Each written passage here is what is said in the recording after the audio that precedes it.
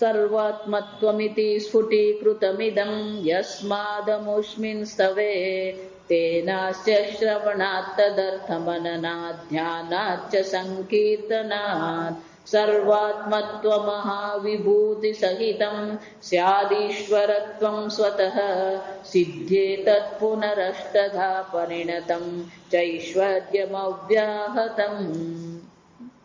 એની પહેલી કારિકા. પરિચ્છિન્નમહં ભાવં પરિત્યજ્યાનુસંગિકં પૂર્ણાહં ભાવલાભોસ્ય સ્તોત્રસ્ય ફલમુચ્યતે પુત્ર પૌત્ર ગૃહ ક્ષેત્ર ધન ધાન્ય સમૃદ્ધયઃ અર્વાચીનાશ્ચ સિદ્ધ્યન્તિ સ્વર્ગ પાતાલ ભૂમિષુ પાકે પ્રવર્તમાનસ્ય શીતાદિ પરિહારવત પ્રાસંગિકાશ્ચ સિદ્ધ્યન્તિ સ્તોત્રેણાનેન સર્વદા.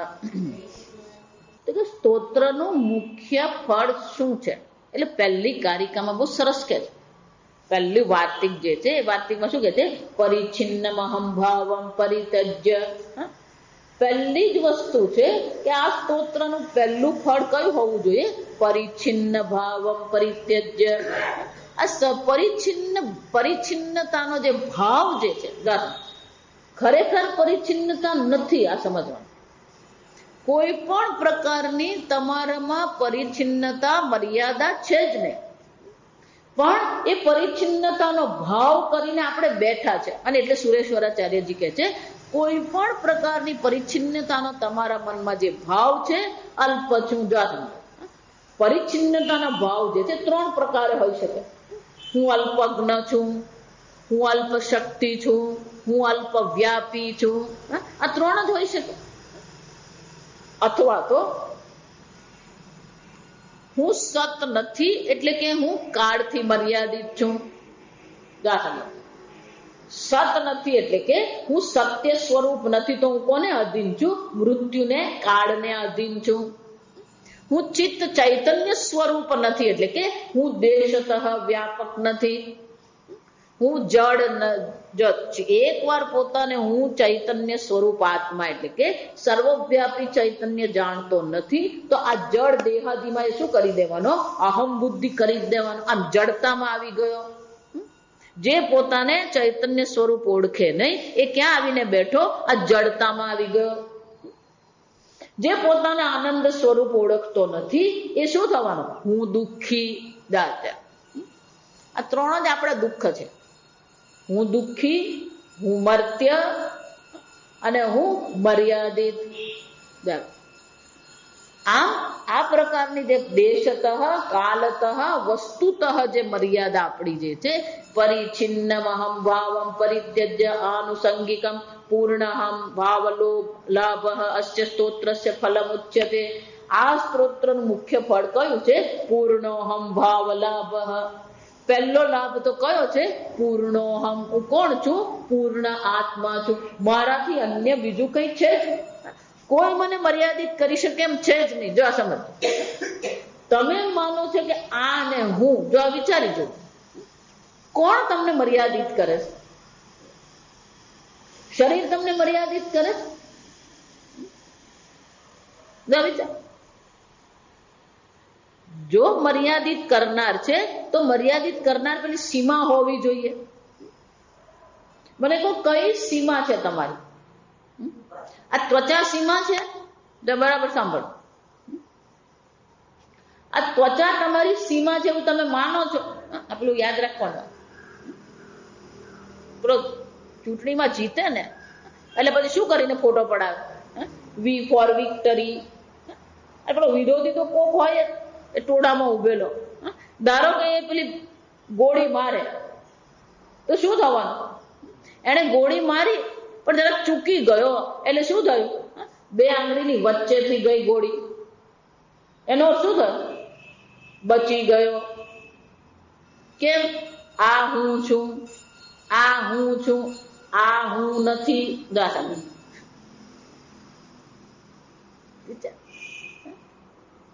પણ આપણો હું ખાલી ચામડી પર નથી. આ સમજો, એનું એક્સટેન્શન થાય. પછી હું નું શું થાય? એક્સટેન્શન થાય. કેમ? પેલી ઘરની દિવાલ પર એક તડ પડે એટલે બીજી તડ ક્યાં પડે? પેલી હૃદયમાં, પેલો ગાડી પર એક ઘસરકો પડે એટલે બીજો ઘસરકો ક્યાં પડે? હૃદયમાં. જો વિચાર, આ બધું એક્સટેન્ડ ઘરમાં. એટલે શંકરાચાર્ય કે પુત્ર, કલત્ર, ગૃહ, ધન, આ બધા પર આપણે શું કરતા રહે? પેલો અહમ નું એક્સટેન્શન કરતા જ રહીએ છીએ અને પછી સુખી દુઃખી થઈએ છીએ. પણ ખરેખર હું કોણ છું? પૂર્ણોહમ. આ કોઈ વસ્તુ હું છું જ નહીં. પણ આ બધી મર્યાદા જે છે, મર્યાદા કોને કારણે છે? અહંતા મમતા ઇતિ. ખરેખર જુઓ તો પંચમહાભૂતની દ્રષ્ટિએ વિચારો કે સૂક્ષ્મ શરીરની દ્રષ્ટિએ વિચારો કે કારણ શરીરની દ્રષ્ટિએ વિચારો, એ સમષ્ટિ જ છે, વ્યષ્ટિ છે જ નહીં. આ સમજો. ખરેખર જુઓ તો વ્યષ્ટિ નામની વસ્તુ જ નથી. ધારો કે આ શરીર લઈને આપણે બેસીએ, તો આ શરીરમાં ભલે આપણે વ્યષ્ટિ એવું કહીએ, એક હૃદય છે, એક લીવર છે, કિડની છે, મગજ છે, પણ હૃદય સ્વયં સ્વતંત્ર છે? હૃદય એકલું રહી શકે? મગજ એકલું રહી શકે? કિડની એકલી રહી શકે? એ બધા કઈ રીતે રહી શકે? પૂર્ણ દેહ તરીકે જ રહી શકે. જો સમજો. એ જ રીતે તમે પણ પોતાને એક શરીર માનીને ચાલી રહ્યા છો, પણ એક શરીર તરીકે તમે રહી શકો છે? જો વિચાર. ધારો કે પેલો હૃદય એમ માનવા મળે, મારા કારણે આ મગજ ચાલે, કારણ કે આખા શરીરને લોહી હું પહોંચાડું છું. જો વિચાર. એટલે પેલો મગજ કે પણ હું તને કરંટ આપું છું. આ તમારું હૃદય ધબકી રહ્યું, તું લોહી બધાને પહોંચાડે કોને કારણે? એ હૃદય જ્ઞાન તંતુઓ શું કરી રહ્યા છે? પેલો કરંટ ત્યાં આપી રહ્યા. એટલે પેલો હૃદય કે પણ લોહી હું તને પહોંચાડું. પરસ્પરમ ભાવયંત. આ સમજો. આ વિચાર. આપણું હૃદય ધબકે, આ મગજ કામ કરે ખબર પડે, કારણ કે હાથ ચાલે, નાકથી જોઈએ ને કરે એટલે મગજ ચાલે એમ ખબર પડે. અને પેટમાં ક્યારેક ગુડગુડ થાય એટલે પેટ કામ કરે એમ ખબર પડે. આ કિડની છે ને ચાલે, આપણને ખબર બહુ પડતી નથી. પણ આ કિડની શું કરે? આખા શરીરની શુદ્ધિનું કામ કરે. જો શરીરની શુદ્ધિ થાય નહીં તો પણ આ શરીર ટકી શકે? નહીં ટકે. એનો અર્થ શું થાય? કોઈ વસ્તુ વ્યષ્ટિ નામની કોઈ વસ્તુ છે જ નહીં. આ ભૂલી જવાનું. હું એકલો ટૂલો થઈ ગયો માતાજી. કોણ એકલો? કોઈ એકલો છે જ નહીં. શરીરની દ્રષ્ટિએ વિચારો ને તોય તમે એકલા નથી. આપણી પાસે બહુ સમય રહેતો નથી. અમેરિકાથી પેલું આ ડિસ્કવરી ચેનલ જે આવે ને એનું મેગેઝિન આવે, માસિક પત્ર. એમાં એક માસિક પત્રમાં આવ્યું હતું કે આપણા શરીરમાં આપણે માનીએ છીએ કે હું બહુ ચોખ્ખો છું, પણ આપણા શરીરને ચલાવવા માટે બીજા કેટલા સહયોગીઓ આપણા શરીરમાં રહે છે, તમે કલ્પના પણ નહીં કરી શકો. આ નખમાં, દાંતમાં, આંખમાં, ચામડી પર, પેટમાં, વાળમાં, આ બધે આપણે સહયોગીઓ બેઠા જ છે. એ બધા સહયોગ વિરોધી નથી. આ સમજો. એ વિરોધી દાખલ થાય એટલે તાવ આવે ને રોગ આવે. પણ બધા બેક્ટેરિયા વિરોધી નથી, અને બધા સૂક્ષ્મ જંતુઓ પણ વિરોધી નથી. એ બધા સહયોગીઓ. જો વિચાર. એમણે જે આખું પિક્ચર સાથે જે બધું બતાવ્યું, ફોટોગ્રાફી, ઇલેક્ટ્રોનિક માઇક્રોસ્કોપ હોય ને, એ બધા જીવાણુ આપણે કલ્પના નહીં આવે. આટલા બધા આપણા શરીરની આપણી સાથે શું છે? એટલે આપણે માને હું એકલો, પણ તું એકલો છે જ નહીં. આ બધા સહયોગીઓ છે.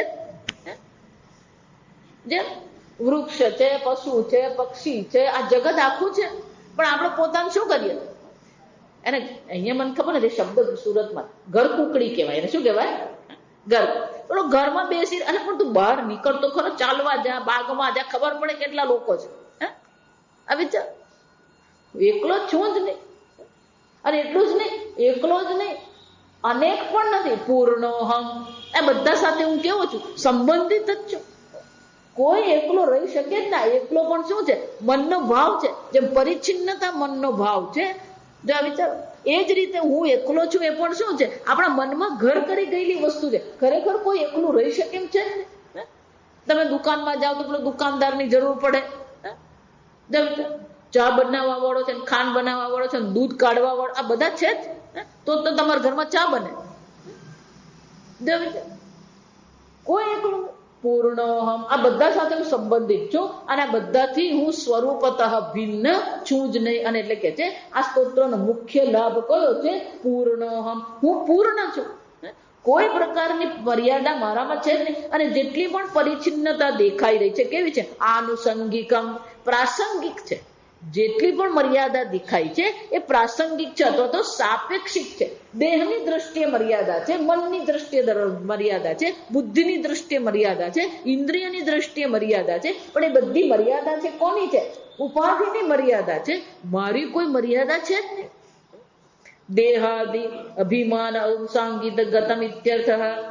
અને એટલા માટે જો આ ઉપાધિમાં અહમ બુદ્ધિ છે તો અલ્પતાનો ભાવ રહેવાનો જ છે. પણ એ બધી ઉપાધિનો અલ્પતા જે છે એ મને અલ્પ કોઈ પણ પ્રકારે બનાવી શકે એમ છે જ નહીં. અને આ પ્રકારથી કહે છે કે સ્તોત્રનો મુખ્ય લાભ જે છે કયો છે? કે હું પૂર્ણતા પ્રાપ્ત કરું. ઇદાનીમ એત સ્તોત્ર પાઠાદો પ્રવૃત્તાનામ પુરુષ ધૌર્યેણામ અવશ્યમ ભાવિ ફલમ કીર્તયન સ્તોત્રમ ઉપસંહર. જે એનો પાઠ કરે છે, જે એને સમજવાનો પ્રયત્ન કરે છે અને ખરેખર એ અર્થનું જો એના જીવનમાં સ્ફુરણ થયું તો એને અવશ્ય શું છે? આ સ્તોત્રનું ફળનું પાઠ અવશ્ય મળે છે. તો કે એનું પાઠ શું છે? સર્વાત્મત્વમિતિ સ્ફુટીકૃતમ. અહીંયા શું સ્ફુટીકૃતમ એટલે કે સ્પષ્ટ શું કરવામાં આવ્યું? સર્વાત્મત્વમિતિ, એકાત્મ નથી. કોણ છે? સર્વાત્મત્વમ. આ સર્વાત્મપણું એ મારું સ્વરૂપ છે. સ્ફુટીકૃત, બહુ સ્પષ્ટ રીતે જો સમજો. 9 શ્લોકોમાં જેટલી સ્પષ્ટતાથી આ સર્વાત્મ ભાવ પ્રગટ કર્યો છે એવો ક્યાંય આટલું સ્પષ્ટતા જોવા નહીં મળે. આ સમજો. દરેક પ્રકારના પાસા અહીંયા આગળ વણી લેવામાં આવ્યા છે. અને એટલે કે છે સર્વાત્મત્વમિતિ ઇદમ સર્વમદ ઇદમ યદયમાત્મા ઇત્યાદિ શ્રૂયમાણમ સર્વાત્મત્વમ. પ્રત્યેગાત્મા સ્વરૂપ જે છે એ જ આત્મા પરમાત્મા છે. આ પ્રકારથી સર્વાત્મા ભાવ પ્રગટ કરો. યસ્માદ અમુસ્મિન સ્તવે, આ સ્તવે એટલે કે આ સ્તોત્રમાં આ સર્વાત્મ ભાવ પ્રગટ કરવામાં આવ્યો. પણ શું કરવું પડે? તેનાસ્ય શ્રવણાત, એનું શું કરવું પડે? શ્રવણ કરવું પડે. જાતે જાતે જો તમે વાંચવાનો પ્રયત્ન કરો ને સમજવાનો પ્રયત્ન કરો તો કઈ સમજી શકાય નહીં. કઈ કેટલાય લોકો રોજ આ પાઠ કરતા જ હોય. પાઠ કરતા કરતા શું છે? શબ્દ શાબ્દિક છે, એ પાઠ શું થઈ જાય?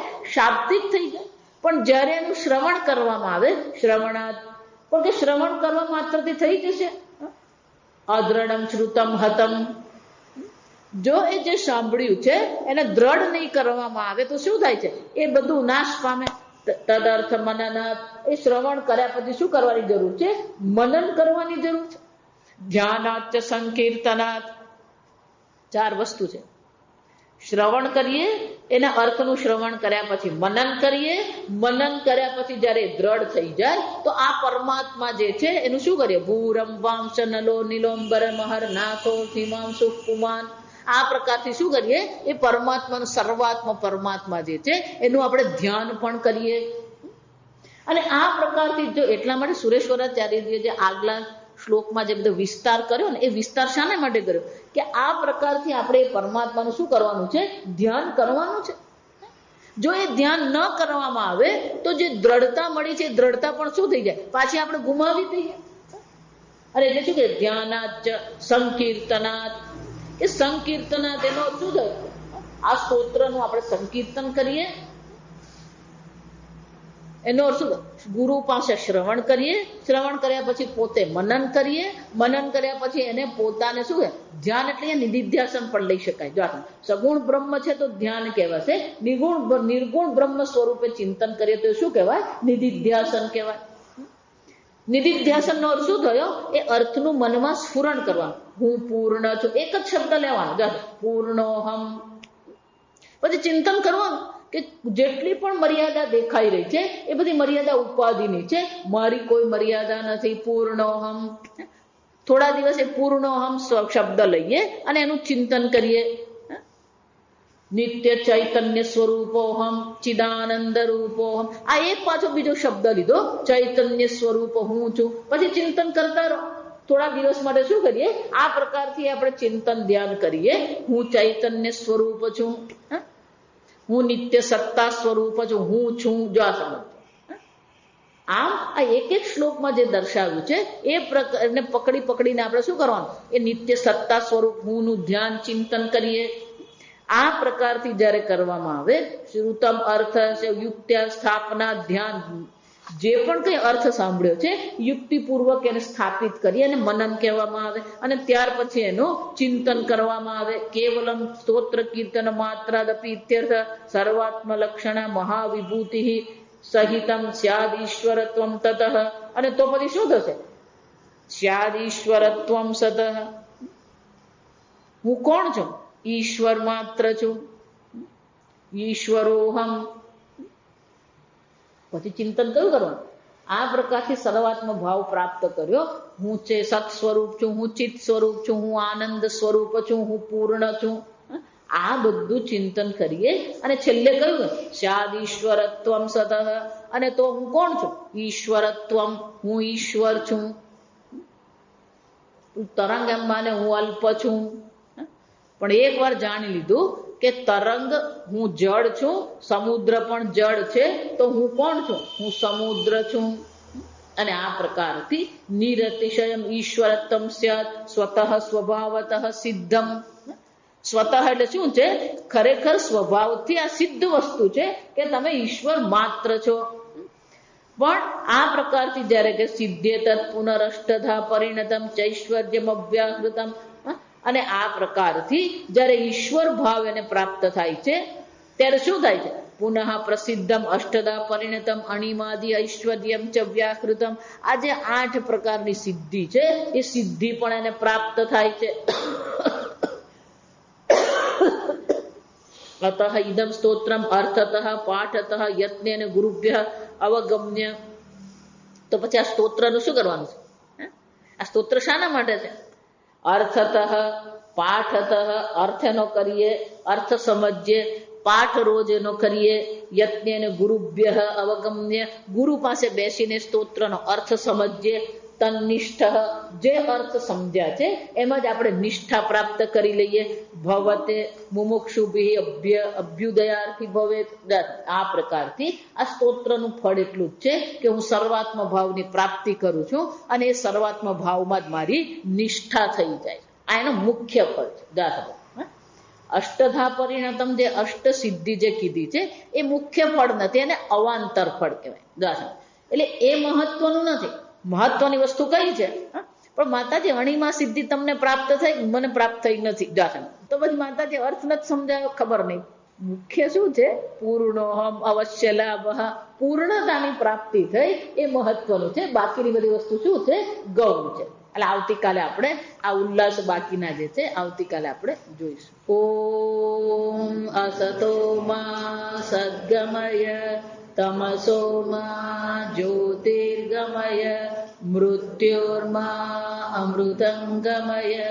ઓમ પૂર્ણમદ પૂર્ણમિદં પૂર્ણાત પૂર્ણમુદચ્યતે પૂર્ણસ્ય પૂર્ણમાદાય પૂર્ણમેવાવશિષ્યતે.